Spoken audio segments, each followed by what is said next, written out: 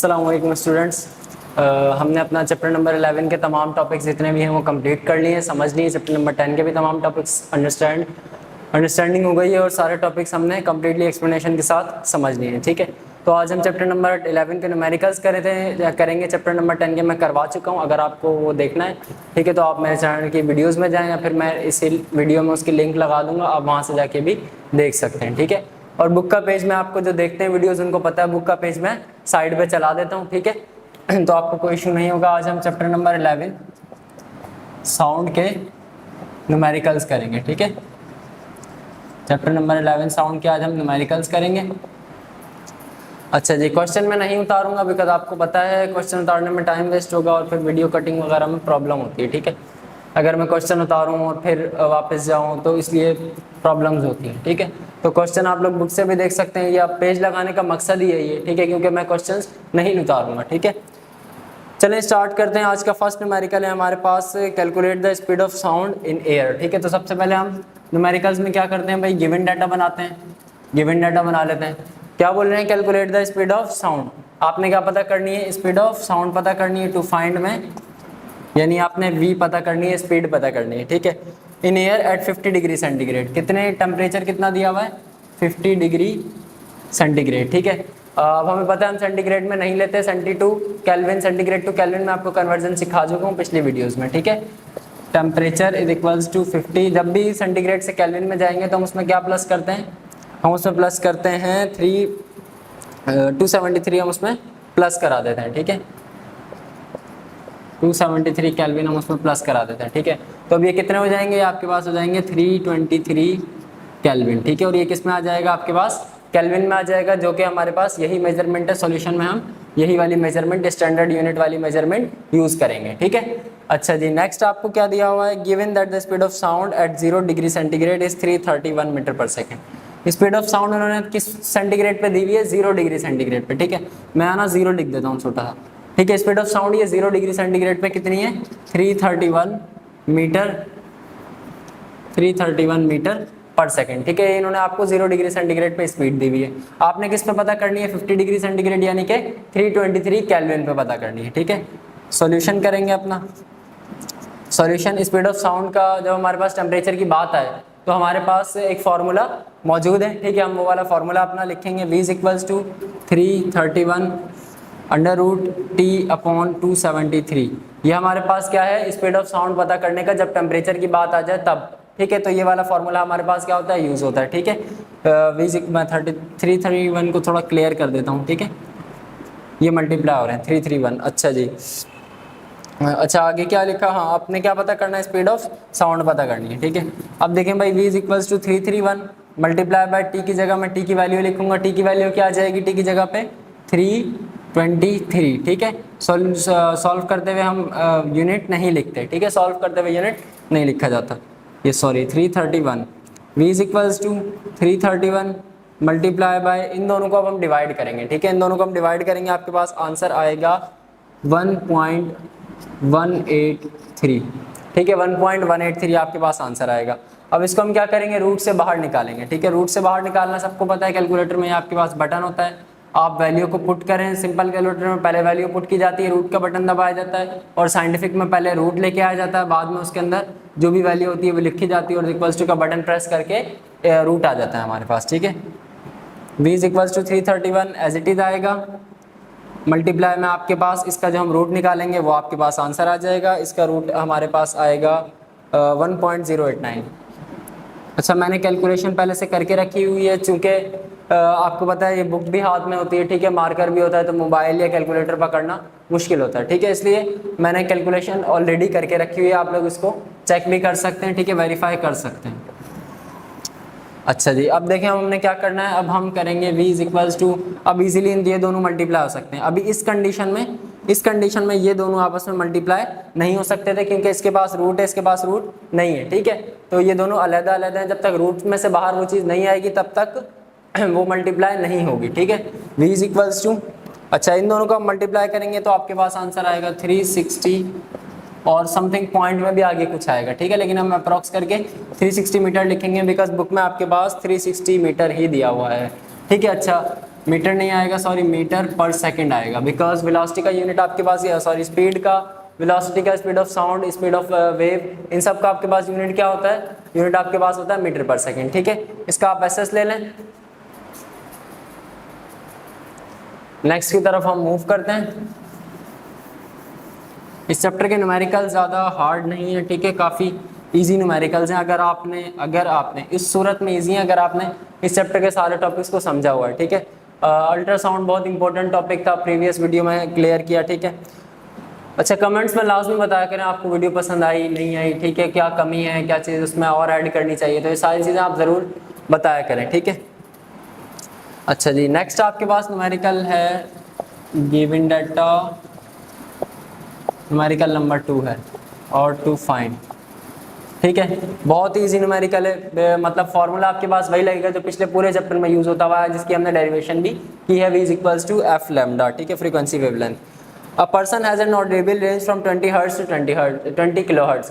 एक इंसान है, ठीक है, उसकी फ्रीक्वेंसी f1 में लिखता हूँ 20 हर्ट्ज, ये उसका स्टार्टिंग पॉइंट है। ठीक है, मैं आप सबको पता है, मैं पढ़ा चुका हूँ वीडियो में, ठीक है, पहले इससे पहले के जो टॉपिक है उसमें पढ़ा चुका हूँ। ठीक है, मैं क्यों बोल रहा हूँ मैं पढ़ा चुका हूँ, वो चीज़ यहाँ क्यों नहीं बताई जा रही, वो इसलिए क्योंकि देखिए टॉपिक में ही पढ़ाया जाता है, और न्यूमेरिकल्स के दौरान न्यूमेरिकल्स ही होते हैं, बस थोड़ी बहुत एक्सप्लेनेशन हो जाती है टॉपिक की, लेकिन उस वे में नहीं हो पाती। ठीक है, तो इसलिए आप टॉपिक्स को लाजमी समझा करें, अंडरस्टैंड किया करें। ठीक है, उनको देखा करें।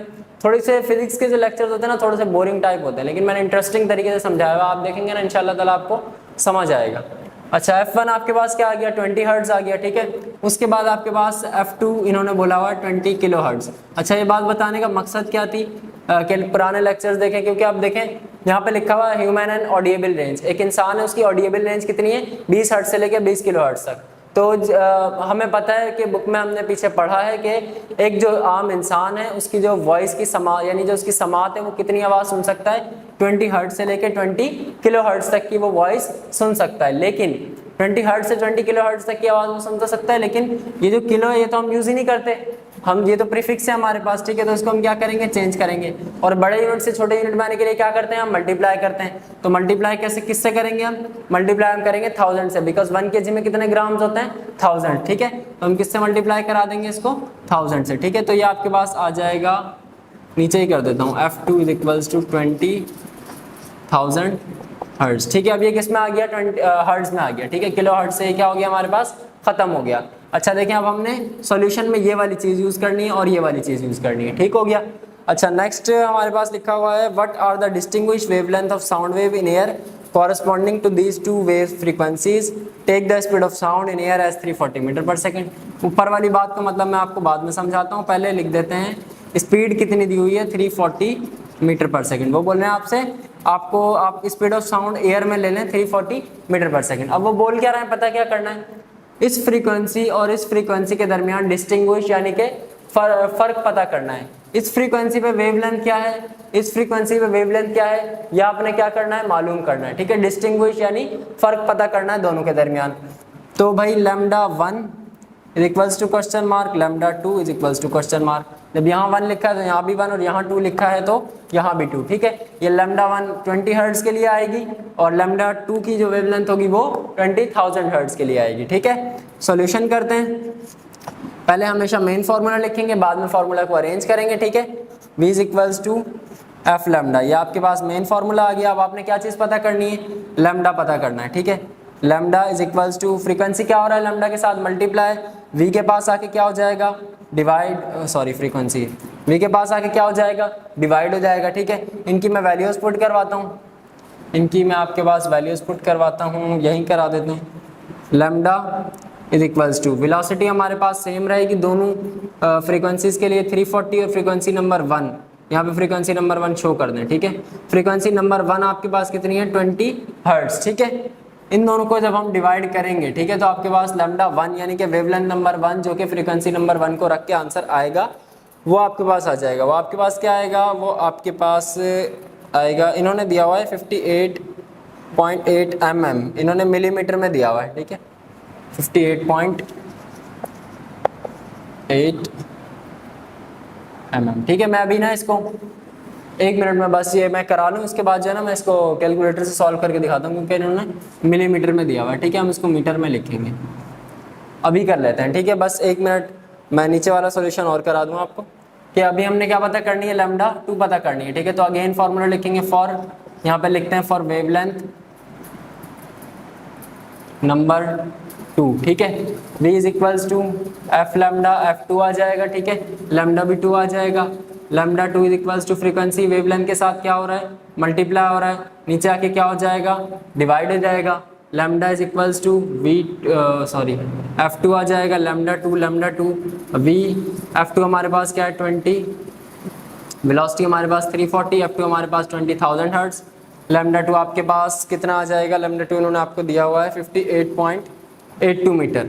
अभी इसके जो आंसर को है हम कर लेते हैं कंफर्म, ठीक है, ऊपर वाले आंसर को, और इसको हम क्या कर लेंगे, कंफर्म कर लेंगे, ठीक है। कंफर्म कैसे करेंगे, कैलकुलेटर से कंफर्म करेंगे, ठीक है। जब तक आप वीडियो को लाइक कर दें। तो अब हमारे पास है, हम इनको डिवाइड करना था, 340 डिवाइड करेंगे हम 2 से, ये आपके पास आंसर आएगा 17 मीटर, ठीक है। इन्होंने आपको किस में दिया हुआ है, मिलीमीटर में दिया हुआ है, ठीक है। हम अपना 17 मीटर में ही लिखेंगे, ठीक है।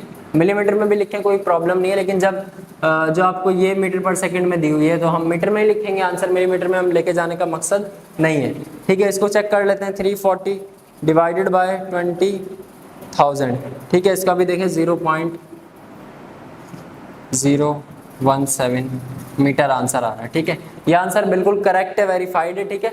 आप लोग इसको कॉपी कर सकते हैं। अच्छा, अब मैं इसको मिटा देता हूँ, ठीक है। नेक्स्ट की तरफ हम मूव करते हैं।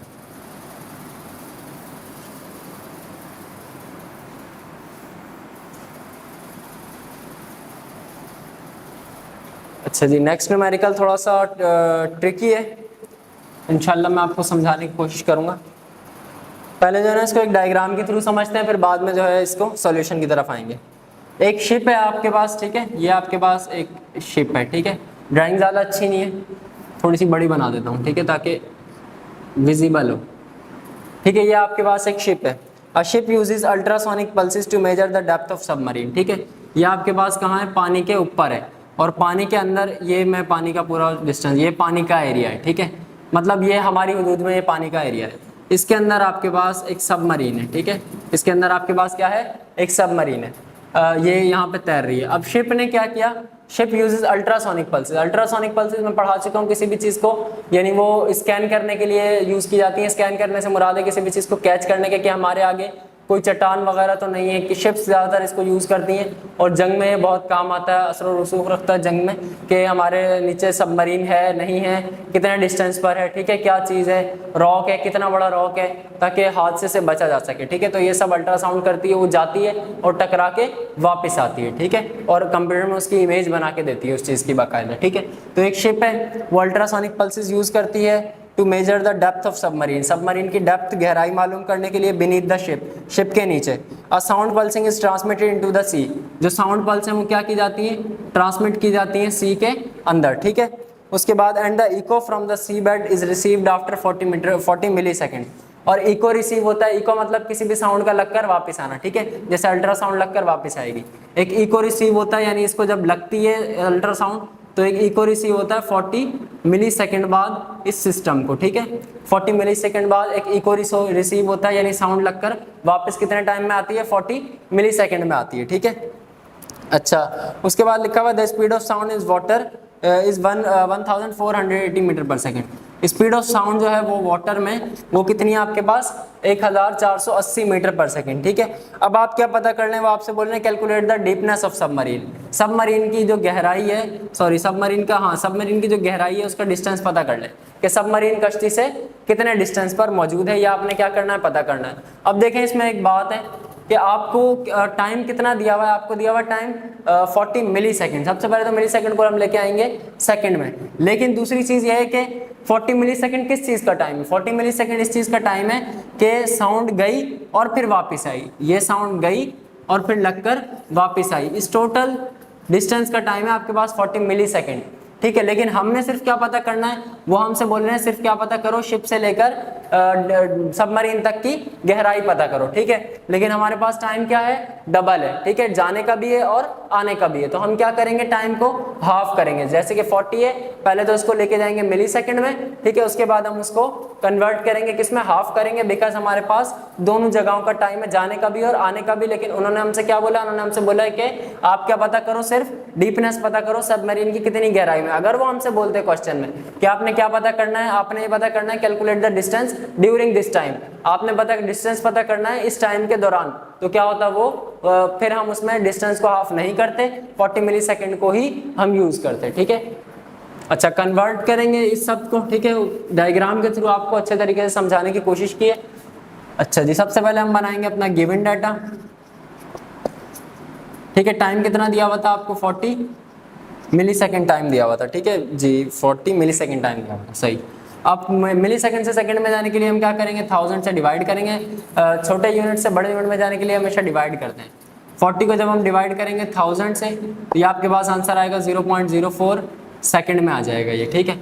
लेकिन अब हमने क्या करना है, टाइम को हाफ करना है, बिकॉज हमने सिंगल डिस्टेंस पता करना है, ठीक है। t is equals to 0.04 divided by 2, t is equals to 0.02 second, ठीक है। ये सारा काम मैंने डाटा में ही कर दिया आपके पास, ठीक है। अब आपने क्या पता करना है, सॉरी, अब आपको क्या दिया हुआ है क्वेश्चन में, क्वेश्चन में आपको दी हुई है स्पीड ऑफ साउंड, ठीक है, जो कि है आपके पास 1480 मीटर पर सेकेंड, ठीक है।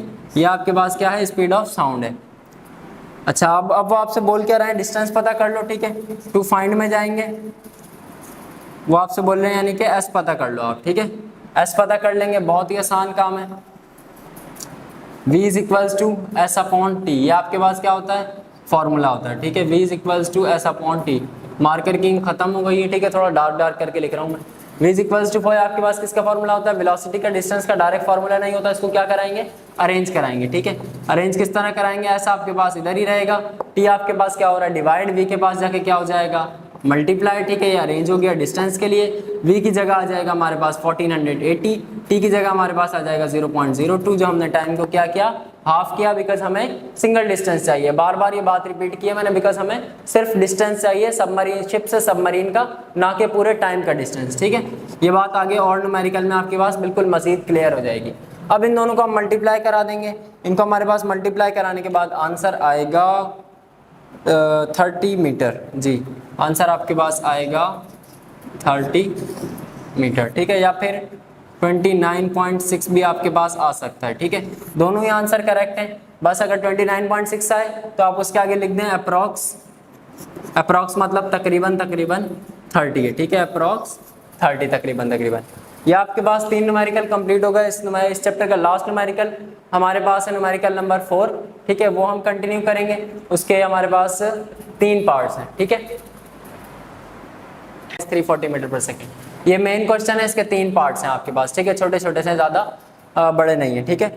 At night bat emits, bat जो होती है आपके पास चमगादड़, उसमें एक कुदरती सलाहियत है अल्ट्रासाउंड वाली, अल्ट्रासाउंड पल्सेस वाली बैट में आपके पास चमगादड़ में कुदरती सलाहियत अल्लाह ताला ने दी है, ठीक है। किस तरह की कुदरती सलाहियत दी है, उसमें ये कुदरती सलाहियत है, जो सलाहियत अल्ट्रासाउंड में, अल्ट्रासाउंड में क्या सलाहियत है कि वो किसी भी चीज़ को डिटेक्ट कर लेती है। डिटेक्ट करने से मुराद है शिप है, ठीक है, ये आपके पास शिप है, वो अपने आगे रॉक्स को क्या कर लेगी, डिटेक्ट कर लेगी और वापस आके उसको बताएगी, इमेज बना के देगी कि ये चीज़ है इतने डिस्टेंस पे, ठीक है। तो आपने बच के चलना है या आप अपना रास्ता तब्दील कर लीजिए, ठीक है। तो इसी तरह की क्वालिटी आपके पास किसमें, बैट में, चमगादड़ में, कुदरती तौर पे वो अपने शिकार को, प्रे मतलब शिकार है, ठीक है, वो अपने शिकार को डिटेक्ट करने के लिए इसी तरह की पल्सेस अपने से इमिट करती है, खारिज करती है, और वो इमिट से उसके शिकार पे जाके लगती हैं और वापस आके उसको बताती हैं कि ये इतने डिस्टेंस पे ये शिकार मौजूद है, ठीक है। खासकर वो बटरफ्लाइज को पकड़ती हैं, ठीक है। अच्छा जी, ये बात समझ आ गई। अच्छा, मेन क्वेश्चन में हमारे पास क्या गिवन डाटा है, सबका जो है ना मेरे तकरीबन जो है एक ही डाटा हम रखेंगे, ठीक है। मेन क्वेश्चन आपके पास है, मेन क्वेश्चन में आपके पास स्पीड ऑफ साउंड है v is equals to 340 metre per second, ठीक है, ये आपके पास मेन क्वेश्चन में। फर्स्ट पार्ट इसका क्या दिया हुआ है, 4 का हम क्या कर रहे हैं, फर्स्ट पार्ट कर रहे हैं। फर्स्ट पार्ट में इन्होंने आपको दिया हुआ है, a bat emit a pulses of sound of wavelength of 0.008 metre. एक बैट है चमगादड़, ठीक है, वो क्या करती है, एमिट करती है पल्सेस ऑफ साउंड, जैसे कि मैंने अभी आपको बताया, ठीक है।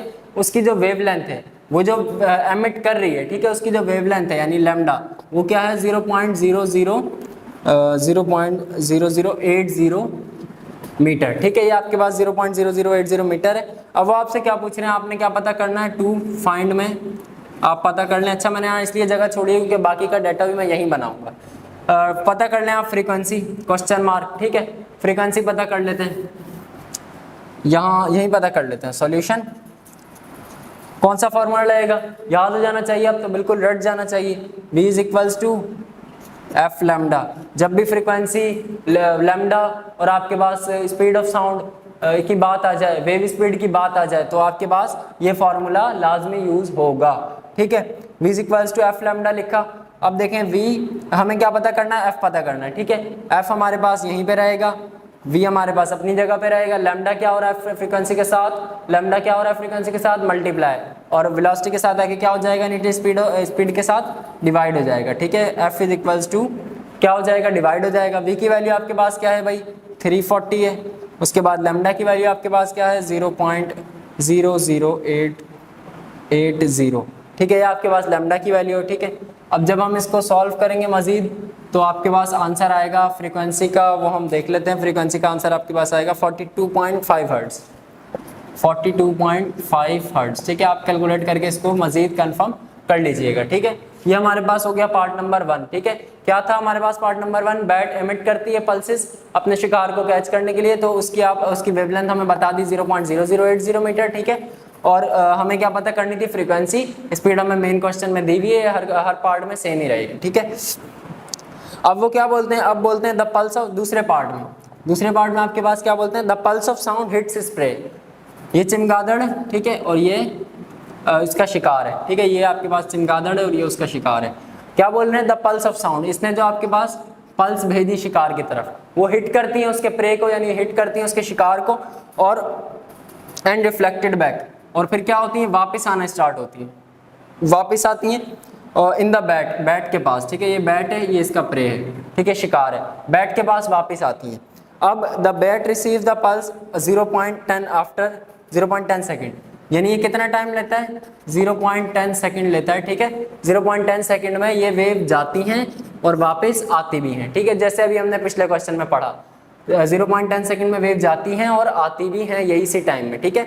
अच्छा जी, अब आपने क्या पता करना है, आपने पता करना है calculate the distance travelled by the pulse of sound during this time. देखें पिछले न्यूमेरिकल में जो मैंने आपको बात बताई थी, क्या अब भी आपको क्या बोल रहे हैं, आपने वो डिस्टेंस पता करना है, आपने वो डिस्टेंस पता करना है जो इस पूरे टाइम में, जाने में भी और आने में भी, जो इस पूरे टाइम में आपके पास तय हुआ है डिस्टेंस, वो आपने क्या करना है, मालूम करना है, ठीक है। लेकिन बमुकाबला इसके पिछले क्वेश्चन में आपको ये बोला गया था कि आपने डिस्टेंस पता करना है सिर्फ यहाँ से यहाँ तक का, आपको ये नहीं बोला ड्यूरिंग दिस टाइम, ठीक है। तो इसलिए हमने क्या किया था, टाइम को हाफ किया था, बट इस क्वेश्चन में हम टाइम को हाफ नहीं करेंगे, क्योंकि क्या बोल रहे हैं, calculate the distance during this time, जितना भी टाइम है सब में क्या करें, डिस्टेंस को मालूम करें, ठीक है।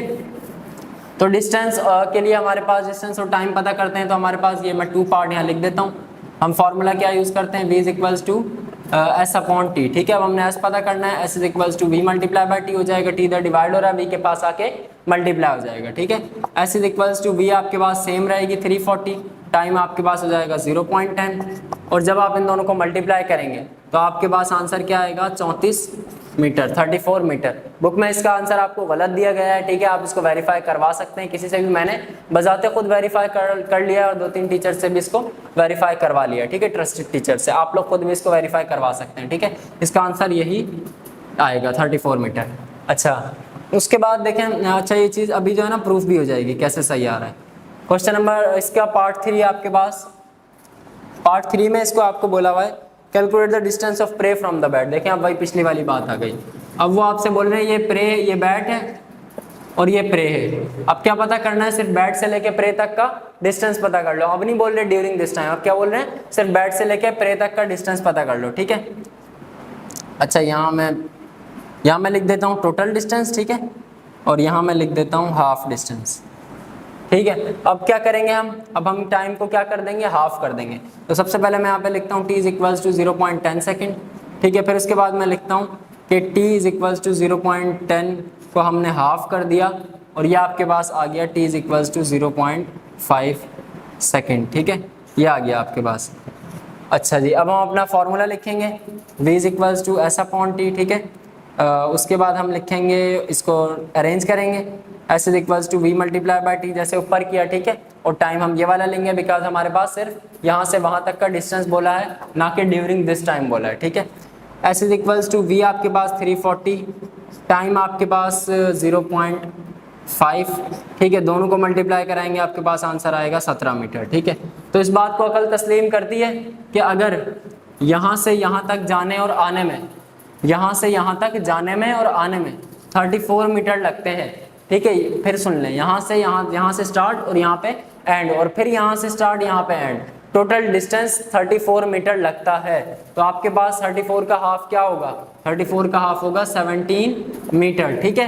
34 का हाफ क्या होगा? 17 मीटर। तो हमारे पास यही आंसर आए हैं। डबल डिस्टेंस किया 34, सिंगल डिस्टेंस किया 17, लेकिन बुक में क्या आंसर्स आ रहे हैं? बुक में आपके पास आंसर आ रहा है टोटल का 17 और हाफ का 8.5, जबकि ये गलत है, ठीक है।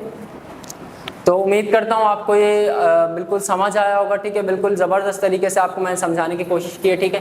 चैनल को सब्सक्राइब लाजमी किया करें, ठीक है, और अपने दोस्तों को इसको शेयर किया करें आगे, ठीक है, ताकि हमें फिर प्रमोशन मिलती है, और प्रमोशन मिलती है तो मोटिवेशन मिलती है, फिर हम और अच्छा करने की कोशिश करते हैं, ठीक है। आज के लिए इतना ही, अल्लाह हाफिज़।